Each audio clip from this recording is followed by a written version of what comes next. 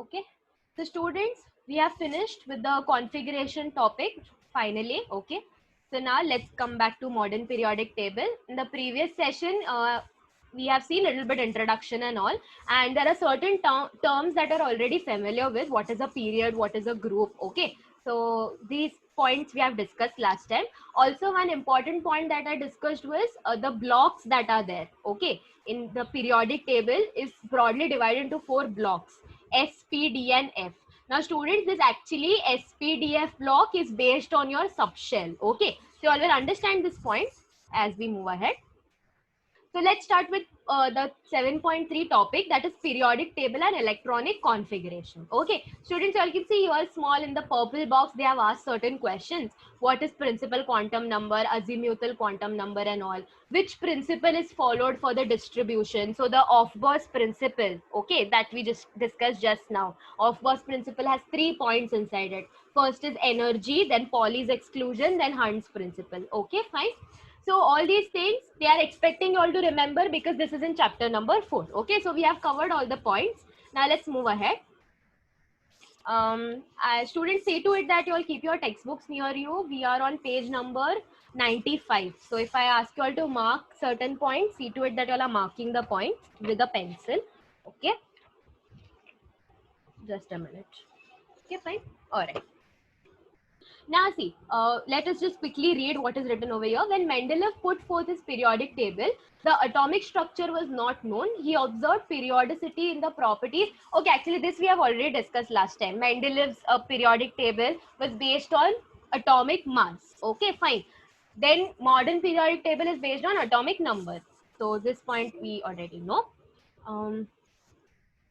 Okay, fine. So you have learned in chapter 4 that electrons in an atom are distributed in shells and subshells in accordance to Aufbau's principle, something we just discussed. Okay, so it includes increasing order of energy, Pauli's exclusion principle and Hund's rule. Okay, fine. So this thing we know. What you all can do is you all can just mark this much and keep. Okay, you all can just mark it and keep. Okay, fine. Then next. Okay, now this point, students, you all can just mark this point. This is like a little bit like an introduction part, so there's not much to remember. But this point that I marked just now, the location of elements in the modern periodic table is correlated to quantum numbers of the last filled orbital. Students, a last filled orbital is usually the valence orbital of the atom. Okay, I hope you all are familiar with the terms valence electrons and valence shell and everything. But now we won't say shell because we know what is happening inside. Okay, how is the filling exactly? After 4s, 3d comes into picture. So we cannot say that 4s is the valence shell. 3d in this scenario is the valence shell. Okay, because you all know a lot of concepts now, the energy of orbitals, suborbitals and everything. Okay, fine. So the location of elements. See students, your modern periodic table, it has been very much beautifully designed based on electronic configuration. Okay, fine. Like even if you all don't remember the table at all, like I have not shown you all how modern periodic table looks like, but based on just writing the electronic configuration, you all can tell me which block is it, which position is it, which period or which group it comes in. Okay, that is the beauty of electronic configuration and modern periodic table. Just by writing configuration, you all can find out the exact location of the element, and that is what we will be studying in throughout this chapter majorly. Okay, fine. So firstly, what we'll be seeing is electronic configuration in periods. Okay, so how to determine just a minute, how to determine which period is it based on configuration. Okay, fine. So what you all can do is, let us read what is written over here. We noted earlier that periods in the modern periodic table are numbered from 1 to 7. So there are 7 periods, you all know this already. Okay, of elements in various periods. We understand that, okay, just a minute, students. We understand that the period number is same as the principal quantum number n of the outermost or valence shell of the electron. Students, I want you all to mark this much point. Okay, mark it and underline it and put a star over your whatever you all want. But it's like this is a very noticeable point. Okay, so whatever the valence shell is, okay, fine. will give you the period number. Its quantum number will give you the period numbers. Think for it yourself. Okay, your helium comes in first period, right? What is the configuration of helium? 1s2. That's it. So here 1s2 is the valence shell for helium because there is no further configuration. Okay, so in 1s2, students, what is the principal quantum number? What is the value of n? It is 1, right? That is the reason helium is placed in the first period. Okay, fine. I hope you all are understanding this. See, it's written over here in the further part of your chapter. Quite in detail, they have written everything. Okay, so let us read it. Just a minute. Okay. All right. Along a period, the atomic number increases by 1 and 1 electron is added to the outermost shell, which forms the next neutral atom. See, students, now this I think so you all already know that across across the period, electrons are added to the same shell, and down the group, new shells are added. You all know this, right? Yes or no, students? Yes, miss. Okay, fine. See, as you all move from left to right, you all have seen, right, when you all wrote the configurations from 1 to 30. So it is arranged in atomic number wise, right? Yes or no? So you all will see, you all will notice one thing that, for example, see, if I quickly take you all, just a minute, to back to this chapter. Okay, fine. So, yeah. So you all can see, just concentrate on this much part as if for now. You all can see how the filling is. We start from 3D1, we go till 3D10. So 3D1, 3D2, 3D3. So entire orbital is filled when you go from left to right. Okay, fine. And till we reach the noble gas configuration, because the end configuration is the stable one. Okay, that is what they are trying to tell over here. Okay. Is anything okay? We'll just quickly go to the main part that is there. Students, what I want you all to do is just mark this point. Okay, mark this point. Okay, thus the first shell, okay, first shell will get filled along the first period. First shell means your K shell. Okay, fine. So in the students, if you all remember, in the first period there are only two elements. There is hydrogen and there is helium. Okay, so in hydrogen it is 1s1, helium it is 1s2. So first period done, my first shell is filled. Okay, fine. That is what they have written over here. You all can see hydrogen is 1s1, helium is 1s2. Okay, fine.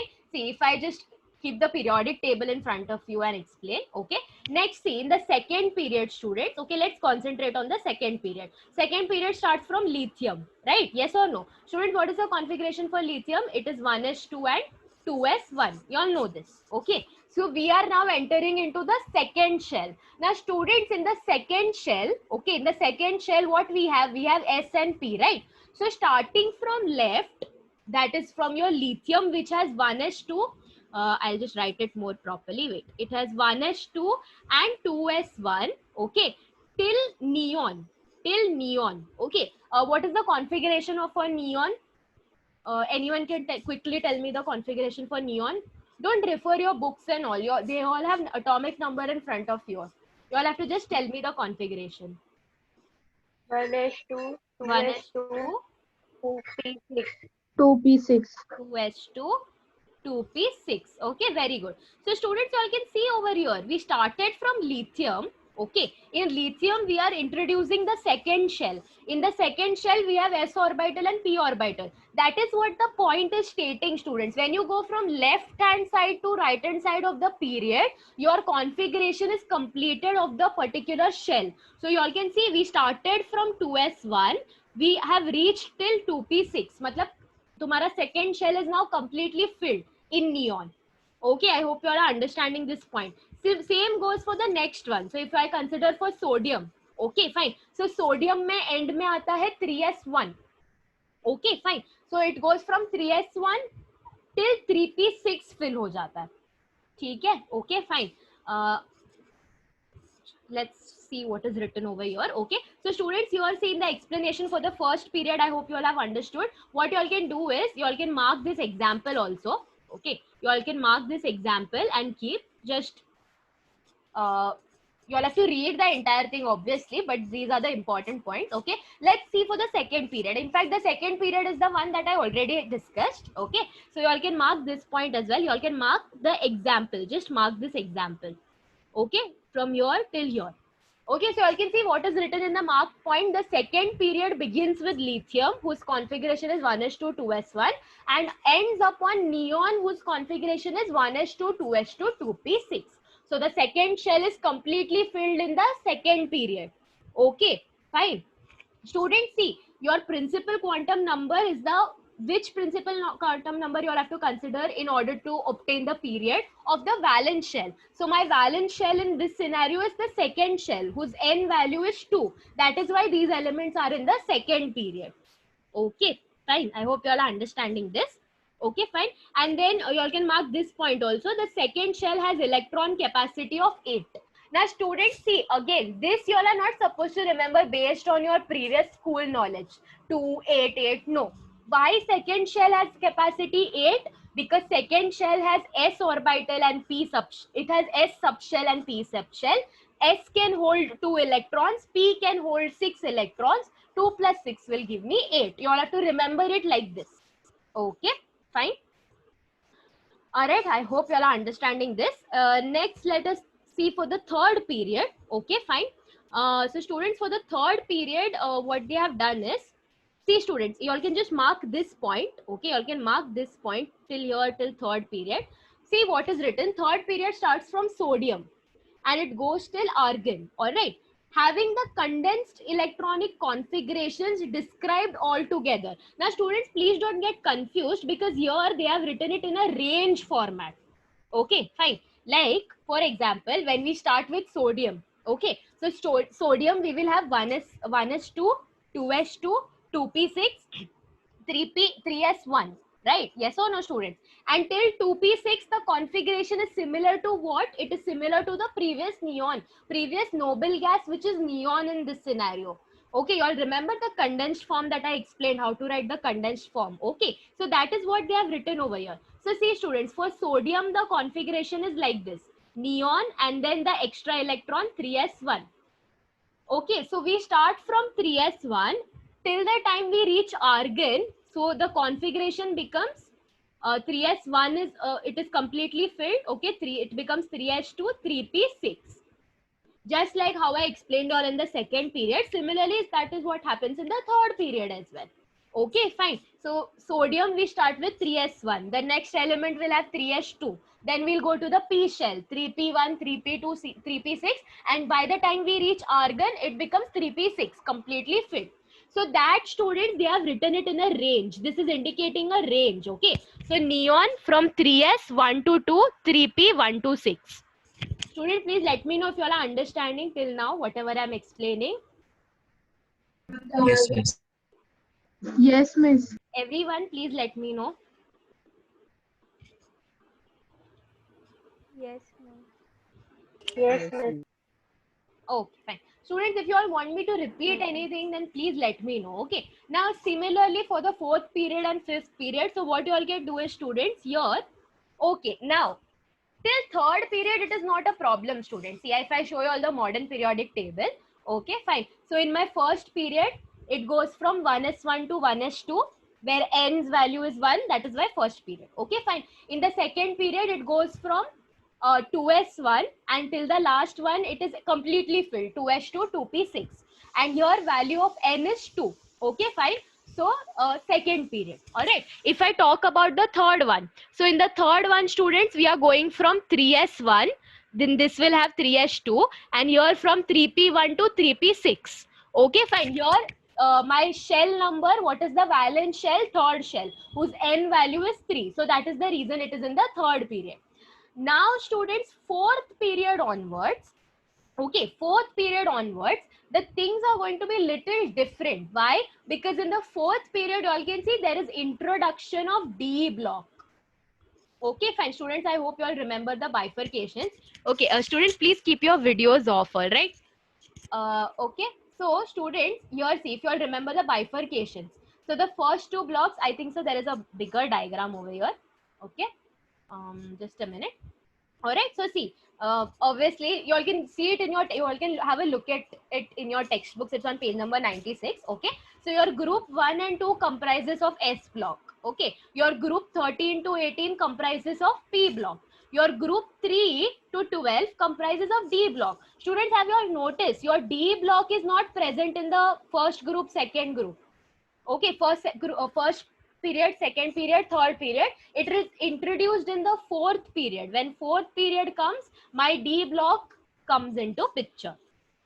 Okay, fine, I think so you all have noticed this. So here, let's get back to this point. Okay, fine, now please pay careful attention over here. The fourth period, so sorry, I'll just zoom it. Wait. Okay, just a minute, students. Okay, all right, now students, see the fourth period that is there. Just 1 second, students. Okay, I did something. Okay. So the fourth period begins with filling of 4s subshell. Okay, students, what comes after 3p? If you all remember the energy level, 3s, 3p, and then 4s comes into picture. Okay, not 3d. After 4s is filled, then 3d is filled. Okay, fine. So keep this point in mind. Keep this point in mind. You all will understand what is happening. So the fourth period begins with filling of 4s subshell. The first two elements of the fourth period are potassium and calcium. Okay, so see, the atomic number is 19. They have written the condensed form. See, students, I already mentioned this thing in your textbook. They are not going to write again and again the entire configuration. You all should know how to write it. They are directly going to write the condensed form. Okay, so you all can see over here what is the valence shell. The valence shell is 4s1 in case of potassium, and in case of calcium, what is the valence shell, students? 4s2. So what is this indicating? Valence shell is fourth shell, right? It means N is 4. So it means the elements are in which period? They are in fourth period. Okay, fine. I think so this much you all can understand. But now students, what happens after 4s? After 4s, which one is filled? 3d is filled, right? Okay. That is the reason, students, your D block starts from the fourth period. You all are understanding? See, in the third period, whatever elements are there, what is their end configuration? It is 3s, 3p. That's it. 3p, 6 filled, done. After 3p, what is filled? 4s is filled. That is the reason we move on to the next period. That is fourth period. But the thing is that after 4s is filled, we go back to 3d. Now, it doesn't mean that you all will go back to the third period again. No, you all will arrange it after in the fourth period only. Okay, fine. See, according to, see what is written over here. According to the Aufbau's principle, the next higher energy subshell is 3D, which can accommodate up to 10 electrons. Filling of the 3D subshell results in the next 10 elements of the fourth period. Okay, so students, in the D block elements, even if the valence shell is 3D, they are present in the fourth period. Okay, why? Because they are filled after 4s. So it means I have already entered the fourth period. I cannot go back to the third period. Okay, so in the fourth period only, I have to accommodate the elements having valence shell 3D. Okay, fine. I hope you all are understanding this. Okay, so if I look at the, let us look at the periodic table. Okay, fine. So see, we are done with third period. We are done till here. Okay, fine. Let's see, next in the fourth period, we have potassium and calcium. So here, after 3p6, what is filled? 4s1 is filled, 4s2 is filled. That is the reason we go to the fourth shell. Okay, fine. Next, students, see, from here, from strontium onwards till zinc. Okay, from strontium till zinc, here, after 4s, 3d1 is filled. So we go from 3d1 till 3d10. Okay, fine. I hope you all are understanding this. All right, fine. And then from gallium onward, students, okay, from gallium onward, after 3D, what is filled according to the energy level? 4p is filled. Okay, so here it is not a problem. Here 4p will be filled. 4p1 to 4p6. Students, please let me know if you all are understanding the fourth period configuration that I explained just now. Yes, miss. Yes, miss. Others, please let me know. If you all want me to repeat anything, then please let me know. Or if you all are understanding, then say yes, please.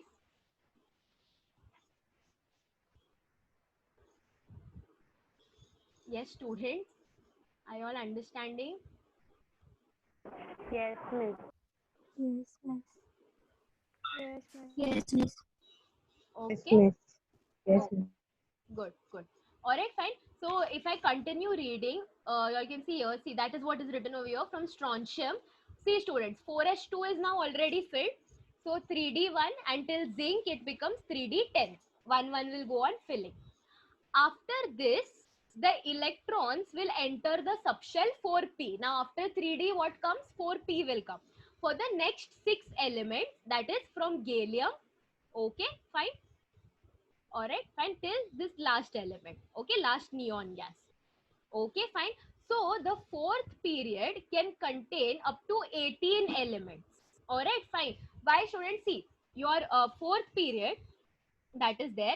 All right, you all can see they have written the distribution. Now here they are talking about the elements. Okay, your first period has only 2 elements. Yes or no?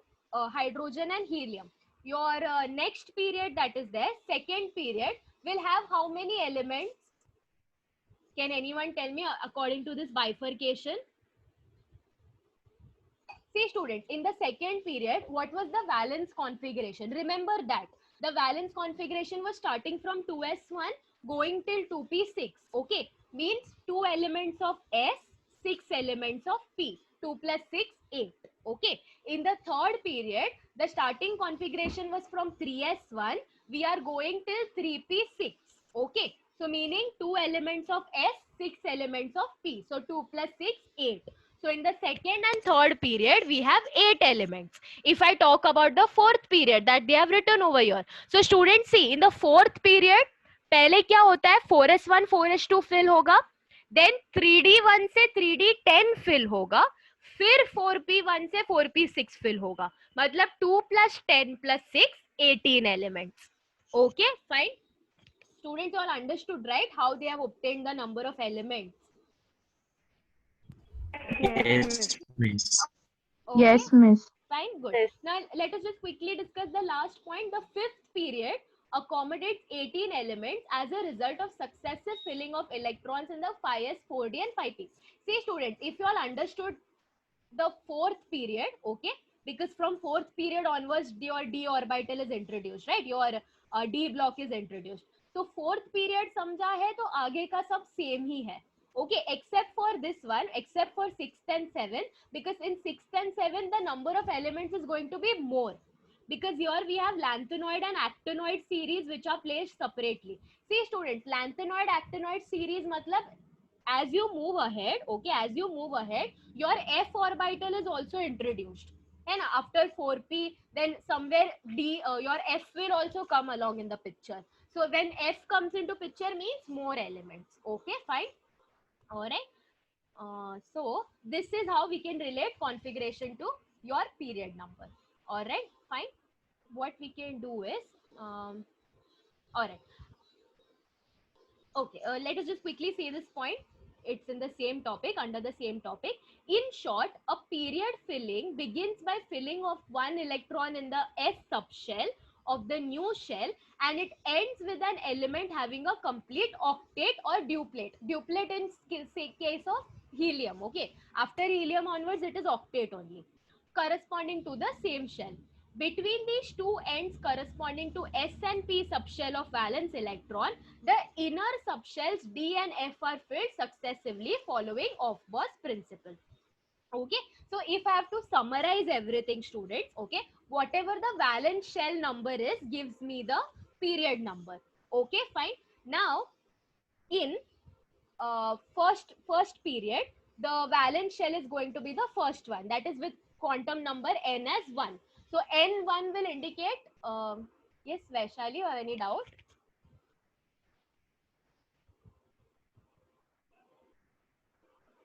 Okay, fine. Okay, fine. All right, so students, if n is 1 meaning, students, it is in the first period. If n is 2, n means your principal quantum number, it is in the second period. N is 3 meaning third period. N is 4 meaning fourth period. So it is all based on configuration filling, how we are doing the filling exactly. Okay, fine. So for example, if I give you all randomly any element, for example, if I give you all gallium, okay, so gallium is 31, you all will write the configuration for gallium, you all will write 3s 3p, and you all know that after 3p 4s comes, then you all will write 3d as well, and then you all will write 4p. Now in this you all can clearly see which is the highest principal quantum number. Okay, see students, the filling is different. I know that after 3p 4s is filled and then 3d is filled. Okay, it doesn't mean the positions are interchanged. Okay, try to understand that third 3d जो है वो third shell के अंदर ही है, 3d fourth shell के अंदर नहीं है. ठीक है, फिलिंग बस डिफरेंट हो रहा है. समझ में आ रहा है? मतलब पहले 3d फिल होगा, then the electron that is there it will prefer going to 4s rather than 3d. After 4s has filled, it will come back and fill 3d. It is like that. Okay, fine. So if I'm talking about gallium, so if you all write the configuration, you all can see you all have 4s2, 3d10 and 4b6. So it means you all have entered the fourth shell. So here in this scenario, my principal quantum number is 4, meaning my gallium is present in the fourth period. Okay, fine. All right. So this is summarizing how to relate configuration to your period number. Similarly, next we have the topic for group number. Now students, that we won't be doing today, but what I want you all to do is, after the lecture is over, just read this problem 7.1 and 7.2 that is given, okay, on page number 97. Just read these two problems, okay. These are like question answer type of things. So just read it, try to understand it, and if you all have any doubt regarding this, you all can ask me in the next lecture, okay. So just a minute.